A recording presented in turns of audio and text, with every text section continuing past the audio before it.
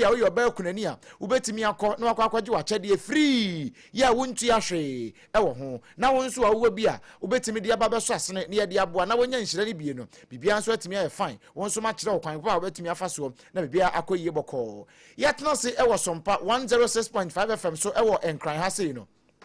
ukopiemu ewo Kumasi a SOMPA 93.1 FM SOMPA headquarters no wono nso abiem kama afi ayiko 100.9 wono nso abiem ewo Asantemanta mu Kumasi afi Adamfopa radio ewo France wono ma hinkro Paris no mu at the same time no ukotakwa eye SOMPA 101.1 SOMPA 103.3 ewo Takrade SOMPA 106.1 ewo Tachimai SOMPA 98.9 ewo Sunyane SOMPA 90.7 ewo Nkranza SOMPA 101.3 ewo Doma Kingdom 106.1 FM ewo Mankasim Kaneshi Urban Radio enso ewo Kaneshi Enkraheya ya obogum udiko da neso baby a radio for ni nyina wo no SOMPA FM ginamsa belaba ya trete wan ya kan nyina kama afei Facebook no SOMPA 106.5 FM Accra ena YouTube no SOMPA FM live uko Play Store and App Store so a na wako download the SOMPA online app no na watie ya na betimi ahwe yenso wo ho na bia ayeboko www.sompaonline.com so ensemi dudu no ano ya kruchere nyina ne afoforo bia ka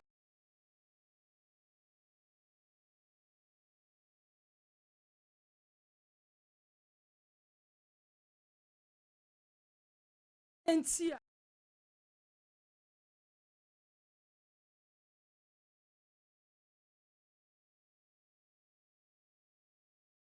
wankasa nso won mana montuo ene wondwumadi on pese wo mudie no won ya kirekyerem opani a wakasa yi upiemo ewo emrahye bedwamu a wono ena eye edomdodo no ba no dani wase ensem bi ekoso wo fie wonu a asempanifo bi omodom kuma na famu kiremu se wamo de saniema no etietia wamo anim ana yeka wamo kasabo a ehye wonyam wase nukre bi anim na mrahye bedwamu ho no anra won asetena mu no won agye bill bi atomu a sa bill ne mu nkomo ya de bebre wawie yi DCE ya wo ahafo ano South West Krosini ebedwanem onyenyamfo Abubakar Sadiq bibi akoso amiabo na baso ayede ensemo a amanfo asase ebokro no na ye Ghana waterfo e na wo mu kan ede empa na amanfo no didi Ghana waterfo a sese akoye asemi emu nkyiremu wa ha abusia yabekwa monone na ensempi eka ho die na watwe mu na ensem afiri amanfo amama so epiemu awo yemayimu ma SOMPA yedane ya kirede som wono yebesa so sene koso ade asomo ena wiei apasemaka de hye banu ya yaje penani ase yadwa ena memene da awiei ya ma mu nyina mo afishi ya pa baabi a woti yanka firi bia ya mo afishi ya pa mimi din abena badu adepa kofi menembra abrempon na kwaku ampoma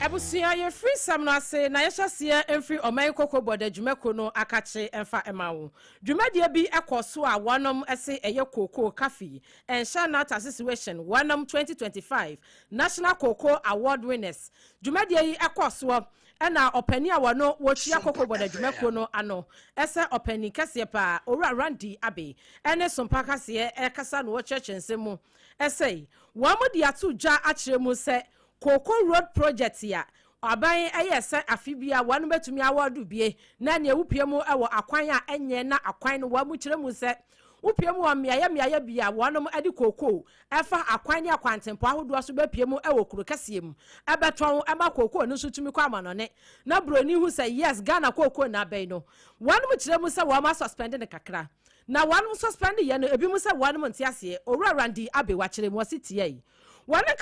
ansamtrofo ekasa no and was saying ebra wanu betena akonwa so ya wanu yede ni twi asahye na no wo hu se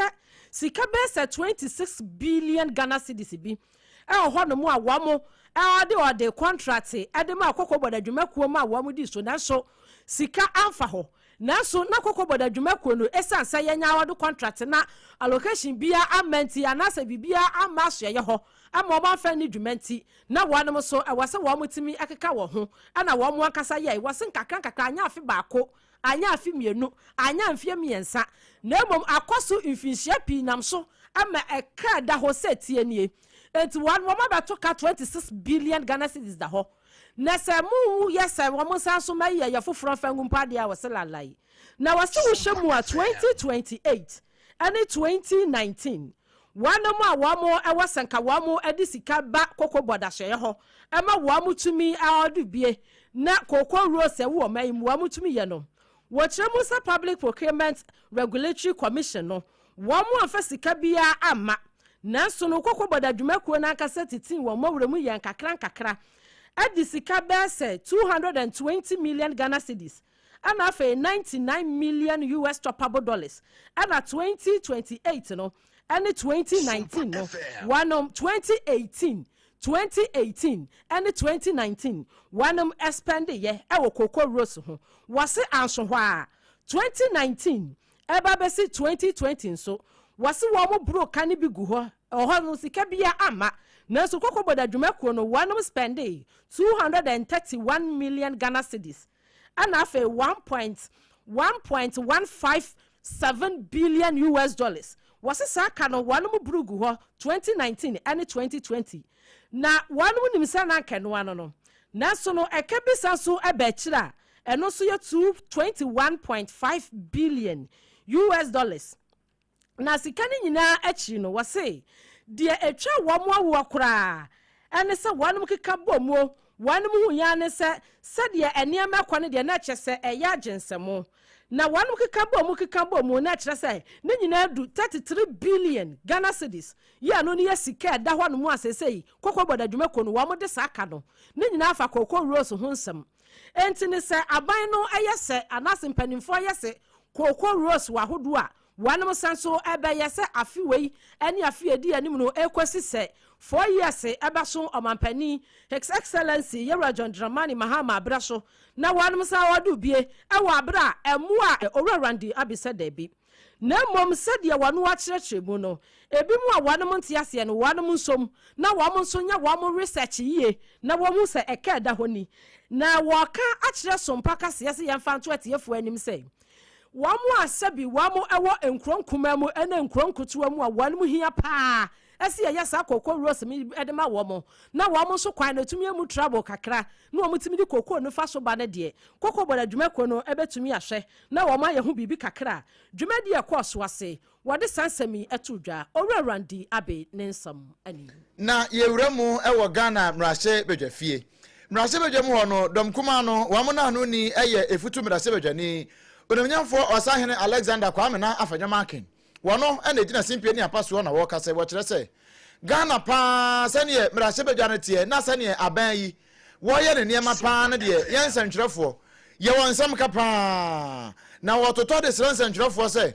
wo bi anfo na no ntom na wo bi anka bi na anya sa de a aban ye otia ba nya so yi wo kan krofo kasaboa e de yahye won yam afei nananom akuakuo ene wonom a answadenswade ahodo civil society organizations wo munyina wo bi anfra no ntumbi na afei wo monka na ban yi hunu se ba bia wonenam no eho etrododo. No authoritarian system ever admits that it is authoritarian. Tyranny often disguises itself as democracy until it's too late. This movement, therefore, calls not only on political actors, but on all pillars of our democracy. We are all involved in building our motherland and sustaining its democracy. We need a media that is courageous, free, and fair. We need faith institutions that model integrity and elevate national unity. We need civil society to remain a sanctuary of truth, free inquiry, and intellectual honesty. We need citizens who are active participants in our democracy, not passive spectators to its erosion.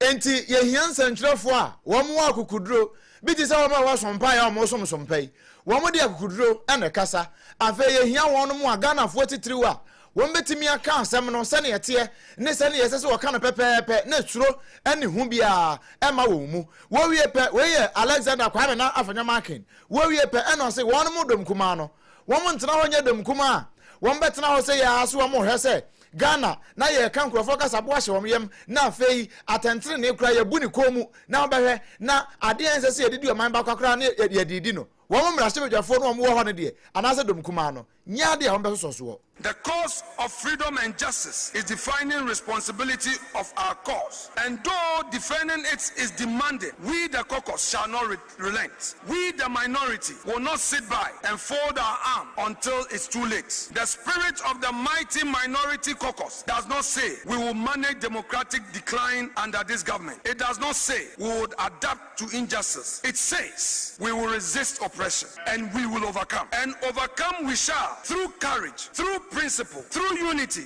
and through unwavering commitment to the democratic values that bind us as one people. Onimanyamfo Alexander Osahene Kwame na afanyamakin efutu mrahyebadwani wono kro ye yukopie mu ewo domkuma na fam ewo mrahyebadwafia wono ne womna no ni ne ene eti ye na okasa wie ya pa na dom dodoa no ba no dani a wono so oyamrahyebadwani a wosomade hia wonom ewo boko central batom pesoa so onanyafo mahama ayarega wono so asode yesanse enura na woanum breki no makwadi Christmas bronya yinti na waso obia timi dwa na boso nsam adigu fie ho de eha womo de atete wonom eka enumu anonanyafo mahama yarega se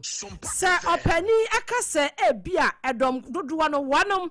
ene abanya watisu sesei esanse womu na ewuli wo mininti na wonom adi ehunahuna hanja batabi asad ya ye pese ye ka wo mo kasa bo ahye wo yam na ye de eye mpanimfo a wo mo bo banje ban eye security persons no ana personnels no ye de hunahuna wo mo se wo ya ye bechew wo ye se ya ye be yo sei na ne be conditions ya kase ye de tu wontiri so na asad ye hunahuna wo mo no onanyafo mahama yarega se wose no kura nim wose wa ye adwuma ewo emrahye bedwafie wakaka kra bi no anya mfihia be saduo no wose wo hu bibi sada na mom sadia mra ne te and one more two. Mr. Speaker, I am not aware that there's any attempt to gag the minority by use of investigative agencies. Mr. Speaker, I've been in this House for close to 2 decades. I've been in this House as an opposition member. I've been in this House as a minister. I've been in this House back again as an opposition member. And I've been in this House now, and I'm serving as the majority leader. In and out of power and in and out of the chamber. Mr. Speaker, I can assure you that those of us who are in this House, who get to serve as ministers, who get to serve on boards, as board chairpersons, as board members, which is an executive department, we should watch our activities carefully as ministers and as board members, because there's always a day when we will be called upon to come and answer for our conduct, either as ministers, as board members, or as board chairpersons. Sadia Yasu Wakaya no wasu bia bebu akontanti dia wo ye bia sa wo board chair bi so anase bia wo ye member wo ye dean ebre ne ba so am ye huhu be de hu ewo ho ne kasa na chi no ena wase bra wanum kofie eye Christmas ena wanum kodie wase emrahye bedwa wo ye adwuma ewo fie ho ebre ne bra no mo kwatena se so many hours na mo dwendwen Ghana ho na mo shamra no ase won pass loss bebre asa na wanum ekoi wase wo mo ema wo mo kwahia wo mo wo kwan check up ni ya hwehwe mu afimu ni nyina e bi kra from January eba be December wunya nkonko hwewu mu wase ma ho hia wo wanu ase wakwa ni pesua so wakoboko central kwasra na yere wakwasra na busuafo ne constituencies so obesra wonam wawi a wobehwe ne ho no so sei eno chemu fai.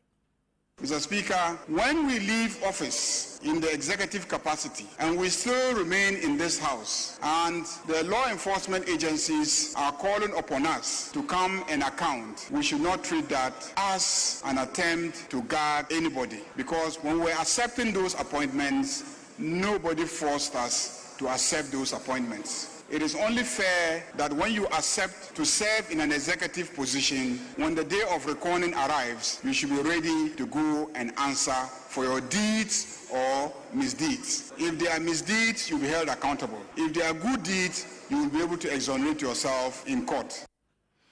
Sa papa ene munsam etie se wuye ni ya se de ye beka no asante kasam anasa kan kasam se wuye ni ehia na wuye de ya enka wani mu ante entini ya dia ma no se otumi ye ni ye dia we no fears wunsuro hwe no wane se wotoko wani mutuku wani na anko ye pe wo firi so no obi ba pe na wo yam ahyase ehyehew onanyamfo mahama yarega waya bako central emra hyebadwani upiemu ewo fie ho nso a edom dodo e wo ho no woni oba no dani enra na ode sansemi etomu enra ade bako ana daga na mra hyebadwa fie ho eyese university bako a ye fe no se CK Tadam University wono mo nsesa ne din na ye motion bia oswafo ohwe enwumasuan ansam so wode koto mra hyebadwa fie na wono mo twetwe ne srani abasasa se wo mo nsesa ne din enye no University of Technology and Applied Sciences Navrongo na ebaye no dem kuma na dem kase no na mo twene da were pa eno nam so ema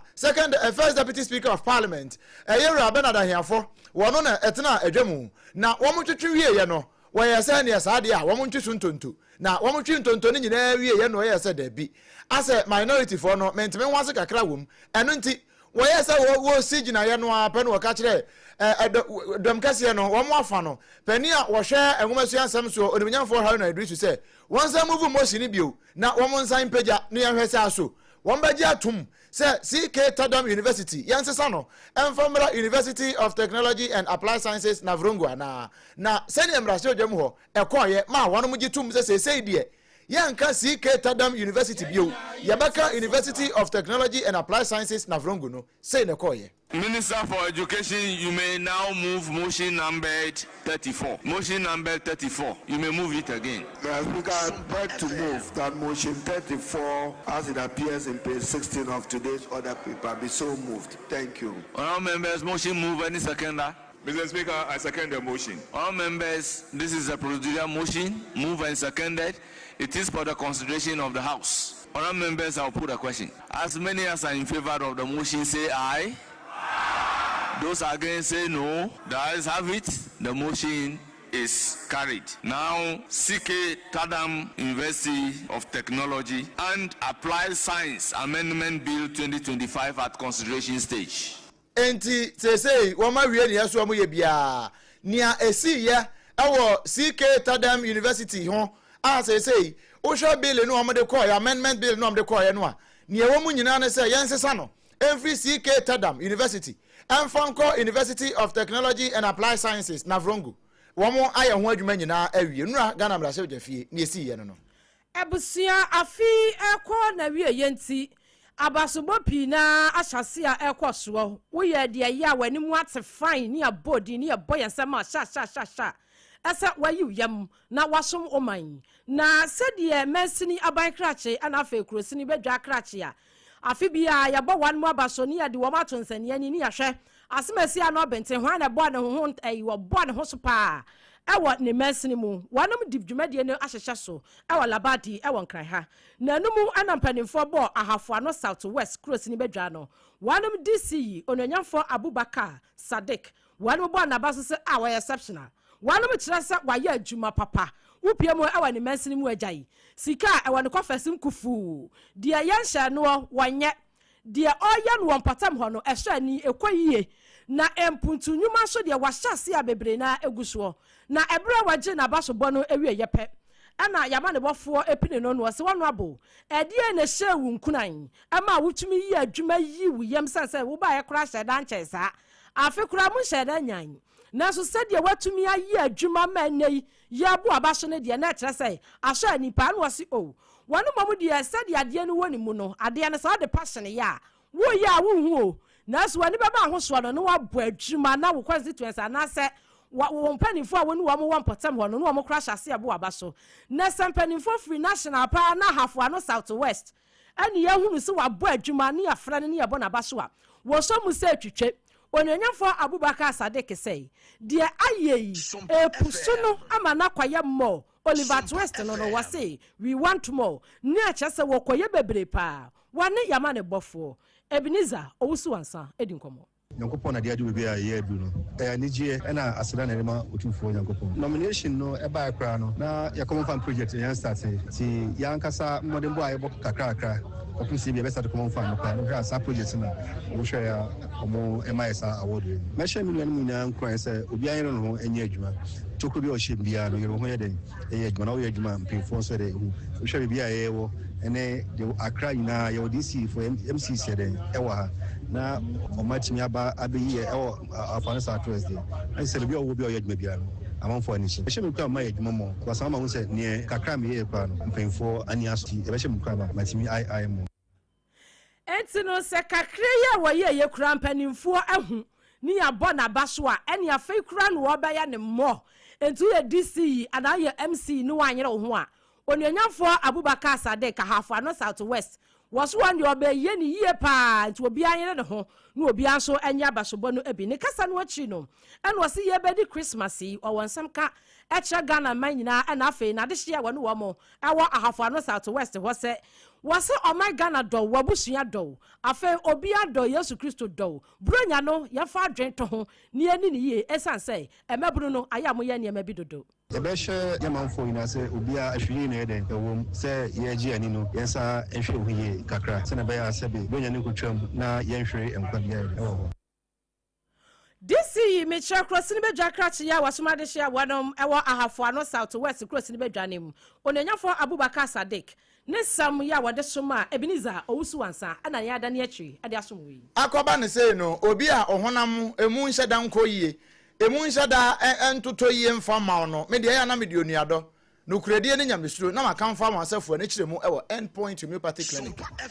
Endpoint Homeopathic Clinic Dr. Ribuat ne menante ne mabawa no adwuma wone bone ho se wadre no enya asem kuma ehom ko a na wo de wo hawo wo yade aduru ho a wutimi ade wonsa esi wo boka se no kure am free ubeye free every nyare wa hodo nyina ho sanse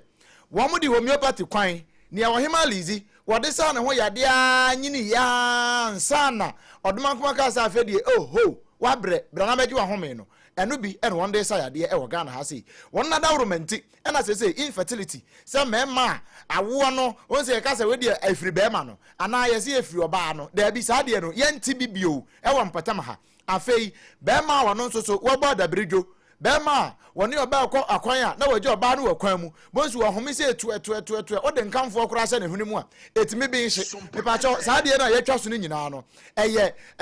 Endpoint Homeopathic Clinic eho ena asem kase ni nyina no ye kwa wie no be ma prostate ho ha no enhwe ma na enye nsem ansa da ya na meka me see sa obehwe ho asem aka ne ntantam no ene na ya na hia afei untini mu wasabo obrabo ho nyina no ye hwe ne ya hwe ha obi e wo ho na afei yatimi atu ase kama e de ama wo se wono mpem waposo a eno se physiotherapy wo ho a ye ne kama pa anti physiotherapist no wo ye adwuma kase pa massage nso wo ho ye be no me kama na fe wati be agina na so pa enkran ha ye wo Spinters Road shell signboard e hwa na yebutuo e na fe kuma sen so ye wo kronoma bo hia Dr. Adibu Atense bia na bibi kire wadwene na wo pro bi ne na bonkomo a frɛ wo no wankasa e wo ahoman so 0244 867 068 0244 867 068 and 0274 234 321 0274 234 321 na one no abonkomo they say ni adrusu ono obia so de na wo bedi dia wase ilelei ene say aduane papa awudie na wate nkade aduane papa awudie na wate enumde aduane papa awudie no anya ahoden no ne ayede ye edinya saa edawe nyina no eye onga eye promasido ofo na diaba enya na wodwem ba bia ne yawo ye bia no say ye nkwan eye stew eye nkruma fro ye na wo ye hyeto na wo ye mepacho nam na wo stew eye afa onga mo ye banku ne tilapia no ne awode hye na ni ase ho no ye de ba ku bia ba fe no onga 3 mix eno bibia wom kakaduro je ne makoni nyina hyehyem deda eno nso wote ano ana de ewurawura ne nuturu na se ho ne ti no enchenchen ho bia ya no omota afefe pa ba ka mu ne pe tilapia ne ti di sa wo so mo twe sa wo de onga 3 mix no na wo de ya ekoyie pa wo che stew na wo ye no hyeto no ni nyina no secret spice na ye onga shrimp fe no ye na mo pa seasoning na wo betim di aye ni nyina no eye onga correct one na akoyie pa we no eye natural spices ene ye de aye eno nti FDA agi atom sampa on odi ye aduane a eye papa ekoyie pa bomode na pebi na emo pa osoma akoda se wonkoto spices emre wo kasa wo pe correct one e friend say ilelei onga ode ba na nya no bia sa wo na tiko no wonfanko afa udidi wie sa no a na wo pe ensu papa no mo a na wo bomode a wo busa se ye friend nsuo bi CASA Kasa Natural Mineral Water eno ho asem na making bomode na pa bi nanom fa bi si table so fa bi she fridge m fa bi si baabi a efiefie mu offices ahodo nyina mu no kasa natural mineral water na me de onuado no krede no nyamesuro kamfo de ama wo ekoyie pa we na onomu a ensuo mu haw nyina won ne to nkwanta amapai me de bia me kan nkomi ha dwene pa typhoid ha dwene pa me pa cho se obenya yade wo nsuo mu na je se wanhwe wo nsuo ne yie na mo nsuo a ye kanfo de ama wa FD ya hwem ama doctor to draw so mo every WHO enso be hwem ahunu sampa onomu a problem bia anim no kasa natural mineral water body pe bitonom na emo pa dwumadie bia wudie so manfo ne bedum nsupa na ma kanfo de ama pa de a kasa natural mineral water na so de serve ahoho eba nyina Kasaloma Ventures ene de baye wo mo ankra ha ya Taifa back hospital na chi ho eho no ni butuo bia na wo pe bia tu aton ba bia wo bia afra ye ne fa ngu kam mfa mra 0206 469 430 0206 469 430 ena 0303 965 780 0303 965 780 na oni yen abo enkomo na emom so anum ato na aduane wontimi ni ensuo kra onum kra asane a wanum ye onyonyo bi no bomode na kope time heba mixture ni bitonom na bebo pa asama ya na metai ka pa ne se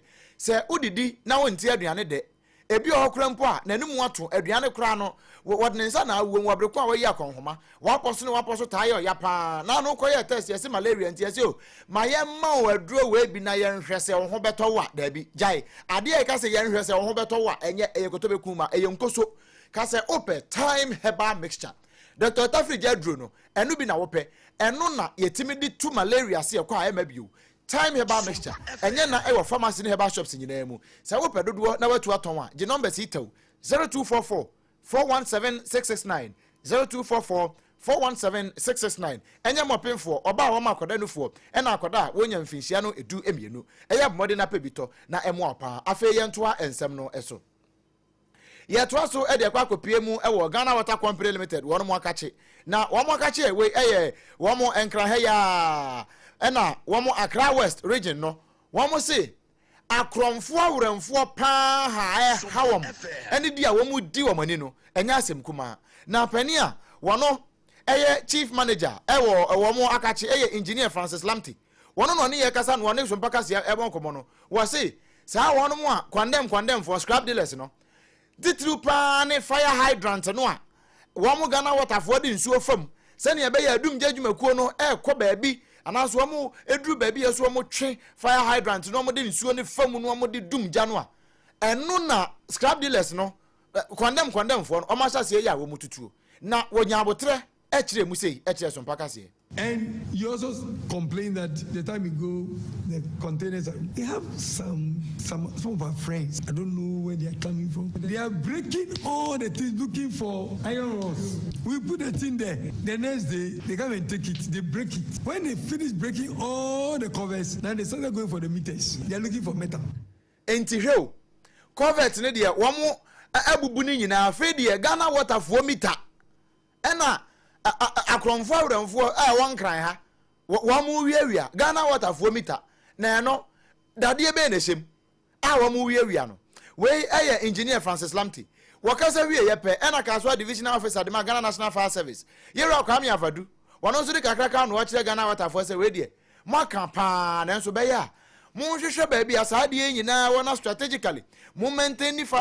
non-functional hydrant ni nyina na munye ni ye na afa ni a eye adwuma no nso no momfa enhyehye hu akwa mu sane ebe ya ebetimi agba adwuma na Ghana National Fire Service for ekoyusu a angofa how bia amrewo. We want to plead with Ghana Water so that engineers on the ground be able to collaborate enough so that we strategize in such a way that the hydrants that are functioning will be strategically positioned, since we can't have all function because there are challenges on the field. We are looking at forming a joint team that we tend to share our challenges together and see how we'll be able to strategize a common plan on improving upon our services. We need them, they need us as well. So at least if we tend to have frequent interactions, then there's a possibility that we are likely to resolve all our problems.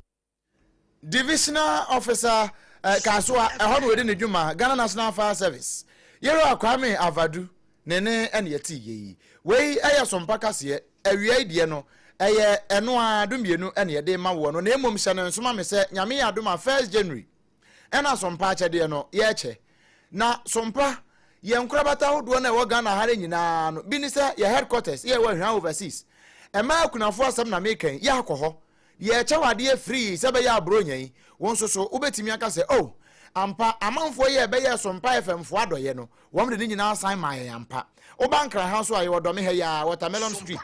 ufri ha cho ho na e ba se wo ba St John's wo na o de so besi o Market Junction won futu kwan na da ho no faso ni faso ho na bra street se ufri achimota ho so na e ba unya du wo da unya tra achimota mo ne ba wanim kakra bi a o so besi wo Ecobank bus stop ho no a se futu kwan na da Ecobank wo mu ni faso ho no a no fa ho bra wanim wo ba beto ye afi takwan so ye low cost eya SOMPA FM wo ho no akwaje odi wo ho tawu tachiman new site ho no a ene ebutu nkransa premises ho a afei sunyane nso ye wa night market alaji be kwa na bro san mu ho no a eho ne ebutu ye abowura ho na akwaje achede why na afei hye ne nso ma me say 3rd January nso na no nso ye de ani akyerem ewo asante be kwa from na kusa eho ne ye ko adom ne dike foundation na afei ye de eniema ne nka ye nyina no e de akwa enyanka ye wo ho no na wo nso e de sede e de hyira wo mo a e de eniema ne be ye adoye ne nyina enu nti ba bia wo na se won so pese odi bi ka ho ne ye de kosa no a e bia na pese o ye ne sika the numbers no 0598 559 802 0598 559 802 and also say 0241 272 990 0241 272 990 edi ebeba no eye Blessed Foster and also say Terra One Media bomaden na fa bi to so na sa odi bi to so a ebetimi aboa pa na enhira ya ewo mu no won so aye mu fafafo afei se bia na won so wo bia pese ebefa ba bia wo no ekwanwa na ofren ya sa na mbesa mede ma wuya no eye afre e ba befa ne kama na bia etimi akoye pa won ma da romanti yenyina so na yenda ne ye homra ye ba kase ne nto aso ye de bema wo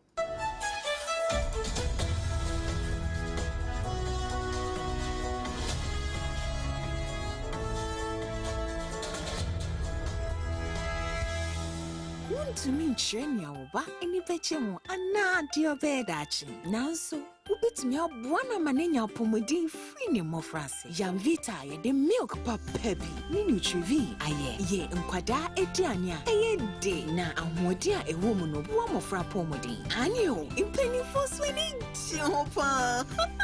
mawobano apomodin free ne mofrase Yamvita gumo do bebre Yamvita, a delicious way to grow. FDA aji ejedi yinkrato yatum. Endpoint Homeopathy Clinic. Ghana had the obien himself a prostate. Na baby omutibi screening. Emma huni ye etu asia. Na a Endpoint Homeopathy Clinic. Anasa a kidney, a liver problem. Wofa baby and ajujo. Na the friend premature ejaculation noa. Be maybe a one would offer kwakwisia. As a wood dinner huagro. As a wood tonte. Any ebra Endpoint Homeopathy Clinic. Na yamuao. A man mema mo power. A Endpoint Homeopathy Clinic. Wamu demufua. Yari bia infections bi na wo ho. Anase bia wo sha wo fa baby na ajujo. Kidney problem, prostate die. A Endpoint Homeopathy Clinic. Kuma se ubehu Endpoint Homeopathy Clinic. Ewo kronoma boy here. Ena Accra hanso so die. Wamu jinemu ankasa. Ewo Spinters baby friend share signboard no. Hudru na ubusasa wo pe Endpoint Homeopathy Clinic. Obia ebechro. For Endpoint ewo 0244 867068 and 0274234321. Endpoint Homeopathy Clinic. Wamu demu Era me pacho bra na me hwa de wo bagi. Bra aden ena nso biem. Hey, time heba me hye ya me ka se yi ba kun. Ani wayi me ensen. Bra sanya time heba me hya esi agye me ni me fiefo enya de abako ebeso yen. We de udi se ofa ni nyina. Time heba me hya me ka se me di wa dance ya heaven ena de mekwa akopie. Enti se malaria we draw ne time heba mixture. Enye enu nku o de nanum ato a wontimi anidie no. Time heba mixture duro no ena ye ma o. Oba a wafa afuro de o ma akwada anofo. Ene akwada a woni mfie dumienu entimi num aduro yi bi. Se obeto aduro yi bi anoma, hwe se wakọ hospital anase lab am ye hu se wo atridie malaria yi bi ansa. Se o peta meba mixture enu dudu atu a, fo ani kire KNG Herbal Center ewo emro Home Abidjan House ana baako so wo Atonsu Monaco Junction. Eno echi ubenya bi atowo over the counter medicine sellers any herbal shop dodo na emu. Fre 0244 417669. Kayo set time no TIME time herbal mixture afi malaria fever bi adani ziba ewo mu no betuako. FDA agi adwadie nkratoa yi ato. Tontonte yennom nsane efa adwen. Ne efa adwen ampa say na nanu nim say bre bi beba ama tontina 74 opa ye ne simple T74 abeye adru. Tontina 74 ana T74 asa twe yadwene asina nanom dodo so. Say de na dodo bua ma nanom enyare basabasa no saa na tontina 74 ana T74 ebo nipadua no. Emo immune support enti obi onum bie no abre bia ne ho denden. Tontina 74 yi nso yaye no se nsuo krokro wa kama enti ba bia wonam bia obetimi de wade akọ. Samene wa ankefi na ekroyi eda no nko na wie ye wa bra mennom T74. Se mennom tontina 74 menya hoɔden mennom ne da bia. T74 yi eye hahama ene ye de aye na DHC ena aframa na ye kama saa no. T74 ahoɔden ni apomuden ko a. Woko pharmacy ana baby eto no bia ubenya tontina 74 yi biato. T74 yi enye ma oba wa fa afuro ana obi a oma nufuo ana se obi a onya mfie dumienu. Eto phone 050-162-8931 and 0246-073-498. FDA agi adwadie nkrato yi ato. Eboso Duma Fest Festival 2026. Afinso 2026 Duma Fest no Basso. Yeshasi January 2nd, 10th, Ekopim 4th, 2026. Ewo Dumasia. Stardom, Sunyani Dumasia, and Hobeye de Bruta. Braben witness the Ghana's finest artists, the likes of Kwaku Smoke. Family. I'm Rado. Me I see me pennipa. Because that's why I see me did. When the shade. And I cannot deny it. All for you. Now the legendary Ophelia live band in Super Wosono. Sponsors 21st Clinic, Down Delivery, Box and Bottles, Jace Ackley, Big Drop Agency, Cowbell, Twisco, Holy Crest Block Factory, Black Lounge, Isbeth Hotel, Sheila's Executive Hotel and Lodge, Media Partners, Sompa FM, Sompa TV. Nasada no, obi bi o peso be pade no. Ombebu kutebo, sika kuma bi eno betia. For 024-188-3559, 024-188-3559. Duma Fest, the pride of the people. Duma Fest, where culture comes. Duma Fest, the heartbeat of Dumasia. Feel the celebration.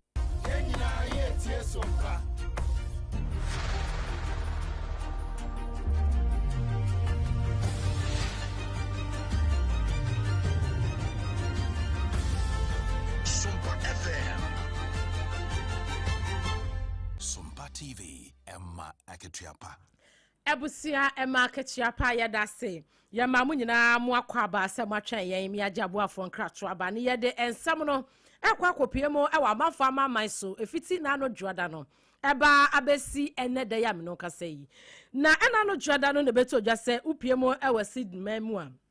eno no Australia empatam ho wanu mu kire mu se beach bi eno no edi Bondi Beach etututuo bi ekoso nam so manipa be se edunum 15 wanum eti nananom esiedo na so hwehwemu ampanimfo a wanum ewo mpotam ho aya hwehwemu akwakosi se wanum hu se na eye nipa baanu bi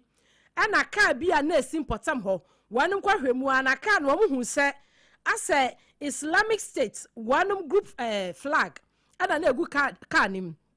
na wo hwemu no mu so owura bi nso sabi wagemu adafam ho ana je ebi eprepra ne ade na wo hwemu no mu ko hu se eye owura bi a wonu wanya finhia ne be se aduonum ne din ene Sajid Akram ena ne ba wonu so wanya finhia no aduonu ena 24 wonu so din ne Navid Akram wan mu banu na wo ka wo mutam si ani ekotutu atuo ewo beach wanam so ma nipa be se dunum 15 18 nananom ensiedo no na so empanimfo se won hwehwemu kakra wa ya kwa akire no ene se wo mu hwemu ko hu se enkofo bi a wo mu ye jiwifo ya na wo mu ekwa hunuke event womo na sa womo targete womo en obi nim sa fa hene sa ye dan ene kosi beach wa nam so ema enipa makomako edunum no eti nananom ensedo nanso prime minister Ora Anthony Lebanese wano an wase wahye eso obehwehwe asemi akwa kosiase se baabi efiri ene se ebi atutrafo yi se efiri hipote se wobi na hyase a wanom atumi apɛ ho pomesebra papa na ebi ansansi ɛwɔ mpotam ho bi ma na no dwada no yɛde mu nsɛm ɛsomo adwoda no a ɛne yɛde bɛsom wɔ sɛ Hollywood director ano wɔyɛ movie director your friend Rob Reiner one ne yere ya your friend sɛ Michelle yehuam sɛ wɔn mu amu ɛda wɔn mu afie ɛwɔ America hɔ no a Los Angeles wɔn fie ɛwɔ Los Angeles no ɛhɔ ɛna wɔn mu mienu nyinaa ɛwuwo ya wɔn mu ɛdeda hɔ na asɛmi baayɛ no na akɔyɛ awrɛ ho sɛm paa sɛ wo join ne wɔ Facebook ne so a Bob Reiner ɛne ne yere Michelle wɔn mu na da Facebook ne so no na bɛhwɛ adeɛ na Bob Reiner yi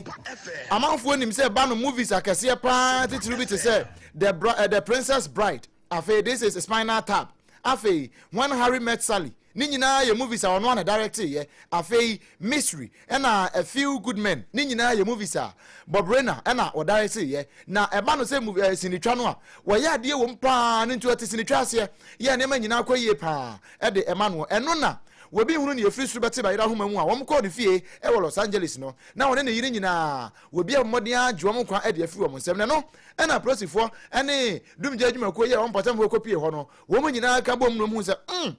wedi nipa bɔnefoɔ bi ene kodi wo mamim saa ebrada no nsɛm wɔ free UK and afi South Korea wanom so ntem ba ye ene sɛ wɔn si nkitahudi a ɛda wɔn ntem ɛnam so ama adwadie akwaso wano ɛwɔ wɔnom ntem no nyakopɔn yɛ adom antiase apam a wɔn san yɛ no 2026 January no na bibia akwa wiye nti wɔn asan so akenya mu ebiewu na anumu ana wɔnom akyerɛ mu sɛ wɔnom hwa ɛbɛboa paa ama adwadie a ɛkwaso ɛwɔ ɛyɛ wɔn UK ɛne South Korea fo ntem no ɛtumi akwa yiye bɛma wɔn economy ne so ɛtumi agyina mu yie na wɔn se ɛdi enipa bɛsɛm pempem ana bɛboa ama wɔn economy no ɛtumi akwa yiye na prime trade minister ɛna wɔka sɛ Owura Chris Bryant ɛna wɔsɛ sɛ nyakopɔn ɛyɛ adom na sɛ bibia ɛkɔ yi a na 2026 no na anka ebewuo na wɔn stand no wɔn nim sɛ enyema pa bebre ebefiri mu aba wɔn mu kyerɛ mu sɛ goods and services ebedi atrantwie ɛwɔ aman mienu UK ɛne South Korea ntɛmo no wɔn ayiyi ɛtoɔ na ɛda so no sɛdeɛ ɛbɛyɛ ɛbɛma wɔn so ahohanha wɔn na wɔn te ase apam a wɔn de wɔn nsa hyɛseɛ ɛwɔ dwadie mu no bibia tumi akɔyɛ brada no esi ya yɛde mu nsɛm asomo na no brada no na French court wɔn kɔ asetena ɛma pie mpani a wɔtena adwa mu ɛyɛ Mark Somera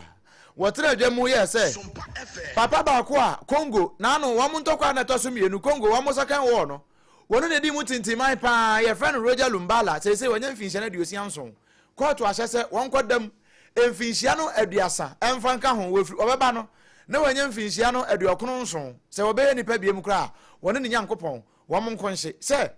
ɛnam so kwadu a wɔde bɔɔ no nie na bra court president Mark Somara Somara wo bon komo no anase wo chirechirem no wase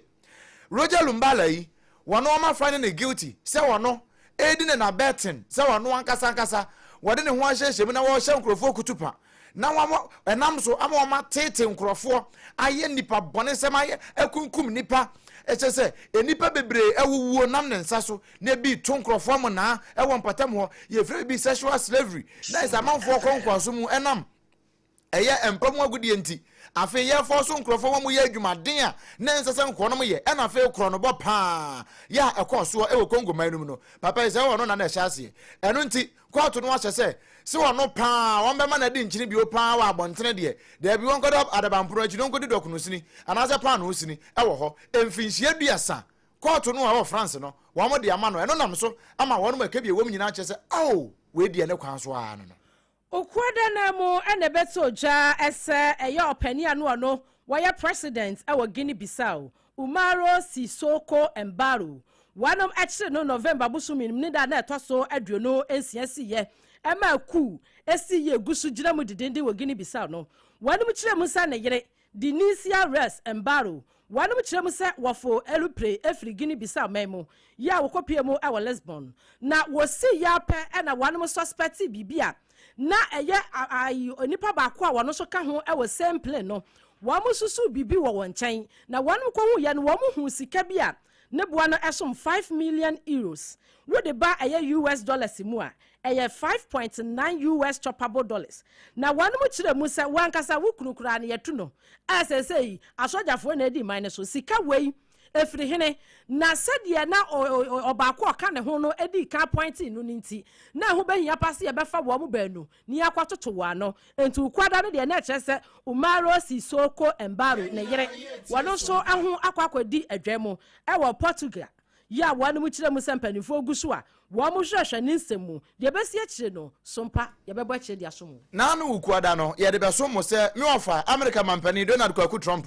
wɔde aba say America wamo travel ban no a wamo de mama ahodo no wo san atwem bio e de countries na nasa mama makoma nsia as we kra de mama ni enum wo san do mba be ka ho bio say full restrictions efri nyame ya adoma January 1 sabra no ane ye sompa akyade no akyade a me wo fa de mama ahodo ni bi ne say wo mo bia nsi America bio we ye mampani kra ho nsi America bio na mama ni de this way Burkina wamuka ho era traore ne mpotam ho no wamuka ho Mali Niger South Sudan and afa Syria womu nyina ka ho no bie no Palestinian Authority passport holders nyina sa ne oya Ghana nimpo na oya Palestinian Authority passport holder dia eno so wonko bi America mampani say ensi ho enye wadwen kura sa wokɔ visa na wo visa no kura yɛmfa ma wo fa kwati kwan so na be pi America wo beso mu ene yese pum kura no do beto ama bonsu amene wa be asan be frewo e de ato man so a wo be ye we na no wukwada no na yesi ye bie eno no ye rembu wo ya wada ne nsam esi ye oman Nigeria gegememu ehon so ansam esan so poppy up pa gentle ha ewo intensan fidie no so fa everywhere no ene say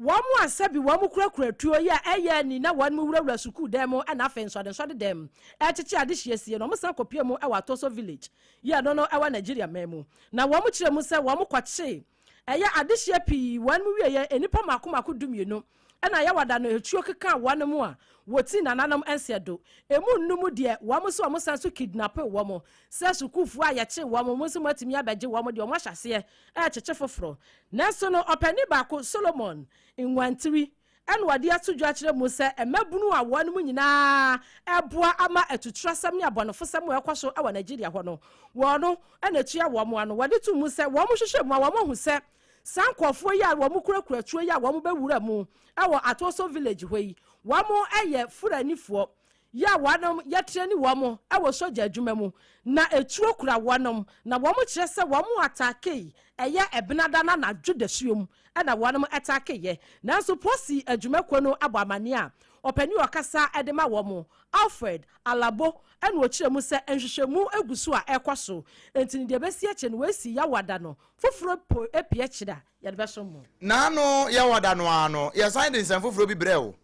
na ya kire wo se abaya bi a wanya mfinsia no aduonu nso 27 years ya wayira ya be se ko 20 years nie wayira ye wo makɔ hu na nkasa bi na wo de fa mfidie mu ahunu ye no wo ma hu se ya abaya na enu nti sese wo mo declare ne se wawu ama sese wo mo ye na ayi na wayira ye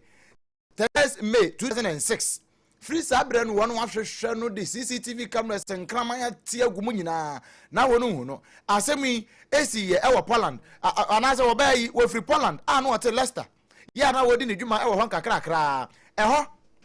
en wo yira ya na wo mu hu na kira kwan ni din ede Magozata Nuzek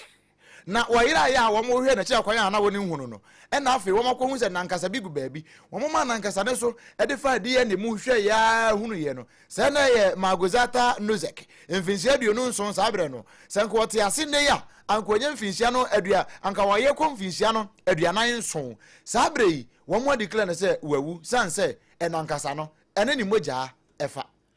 USA President Donald Trump so enano ya wada no nsem we beto dwa bi ene se sika uwafa ane kwaku wafa no wase $1,776 and wade eboa ama wamo eko wade eboa wamo sinipa bense 1.45 million and wade ehwe anim se wom betumi ababa beboa ama dwumadie akoso na wase wo hwe ase bronya yimu a ekosi yebedi bronya wie de wohia wonom na no eye aniso ene sede wo pese wo to won mu akatua mu ene ode sasikai ato mu nti wo behia wonom mu a no so wade nsam atudwa ena no eye ya wada no na ne krokro mu no ene wase sede ekoso awani man mu no wo ka kire obi ase wono de na economy no ekoyie entinu mu asabi mutu bata by heart mosade ya ne maba na mabetena ho mosade ya ne maba no mabetena ho wo so anu amfa mo nya budget enti esa na ase de opese ne man no ho kire no ana no ya wada no na sansemi ebai afefi ada no me kire nra ensem ba ko a ebeda adwa e wo wiase nyina pakase ne so eya abrantie yi a na no krampo Ghana ha minority for ye press conference say anka mo ye nse gitimotu fo de nimbi no mo de na ba Ghana ha se wakoda afiase awie ye beba bi papa ede no akwa amanfo se emfa ne mra Ghana abrego gasia na no wo mo twetwe ne sane abasa ma oguye to black akra be ka se onya no kre abrego gasia nya de ba Ghana ha bia no enura wakasa ya kire se ebra wokọ afiase ba ye ene ho nsensem na wo hwese ne America mampanimi amofa Donald Kwaku Trump asa ka ne sie tisu se abrante no obesa ache no esa de na kwahye afiase no wo kire mu treatment a wo fa mu bra wo afiase ene wo ba ye enyina no wane so mpaka se bonkomo sei. Yesterday, after my release, the first only thing I did was enjoy time with my family. These are times we're living in. Christmas time, a time when harmony, love, and peace are paramount. Being with family is love, and that is what I did. I was with my family, who mean everything to me, before you, and the fight will continue. I will remain standing. I will not bow my head to anyone. I will always stand against all the injustices this government has. No matter what this government says, in the end, I still believe this is a country of laws, a country of justice, and we will put an end to all this injustice.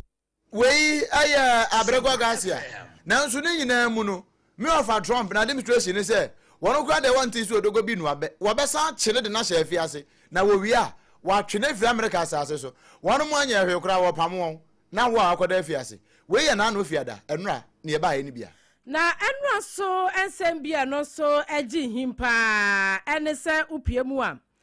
na wachi ba kwanim no etututuo bi ekoso ewo Brown University enam so emanipa benu eti nananom ensiedo na webra esi ya ne kura no sada no aposifo no ebu amane akire mu se wo mo ache suspect bi ya wanum susu sa wono na ebi enam ne nsa so esansa na abrantia no mo kire mu se etuo no etototo ne ade amafo edwane no wano etimi eye bibi ohonti na ne ese wutimi ye bibi asade wo hu bom mu binti na ne wo mbehia wo ese brane ya toto wano eye no a wo fa wo de no tututuo na achi kode ene wo kwaso ne mfimfini sei ene wo che no no wo to no ansa na de no okura tuo no kura edwane na anumu ena mpanifo se wo hwehwemu kakra waye ne ese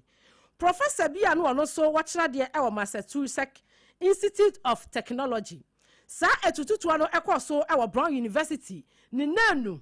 na etututu san koso e wo sa eye bia ye honam so ema professor no wono so eti nananom siedo na kyesa asam na ayekreka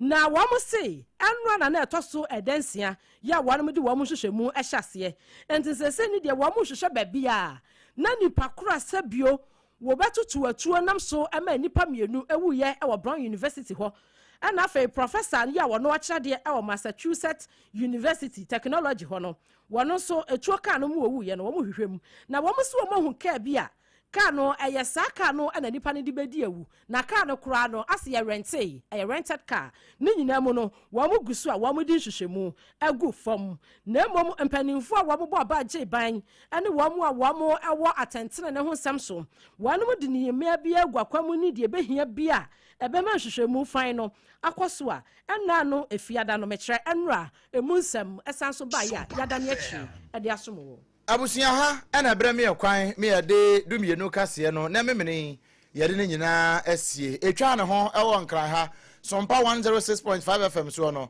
esan ko fa SOMPA 93.1 ewo Kumasi Asantema Muaiko 100.9 so Kumasi Adamfopa Radio ewo France one ma hinkro Paris no afi SOMPA 101.1 ewo Takwa SOMPA 103.3 ewo Takwa de SOMPA 106.1 ewo Tachima SOMPA 98.9 ewo Sunyane and afi SOMPA 90.7 Kranza SOMPA 101.3 ewo Doma Kingdom 106.1 FM ewo Mankasim Kadeshi Urban Radio enso agigumu kama ema homa ewo kanehye ne mpatam nyina nso enya bi etieye afei udi koda na so ba bia radio phone nyina wo no ya no ahwe SOMPA FM da bia ye ginam sa bilaba afei ko Facebook ne TikTok no SOMPA 106.5 FM Accra and YouTube no SOMPA FM Live Play Store and App Store also SOMPA Online app no da ho ya download na tie www.sompaonline.com adawromenti yesemfu prince ataboaten wa kruche nsem nyina de akwakogu a ubetimi asan kokenkan bio na bibia atumi akoboko enianom ne ye benu obrempon na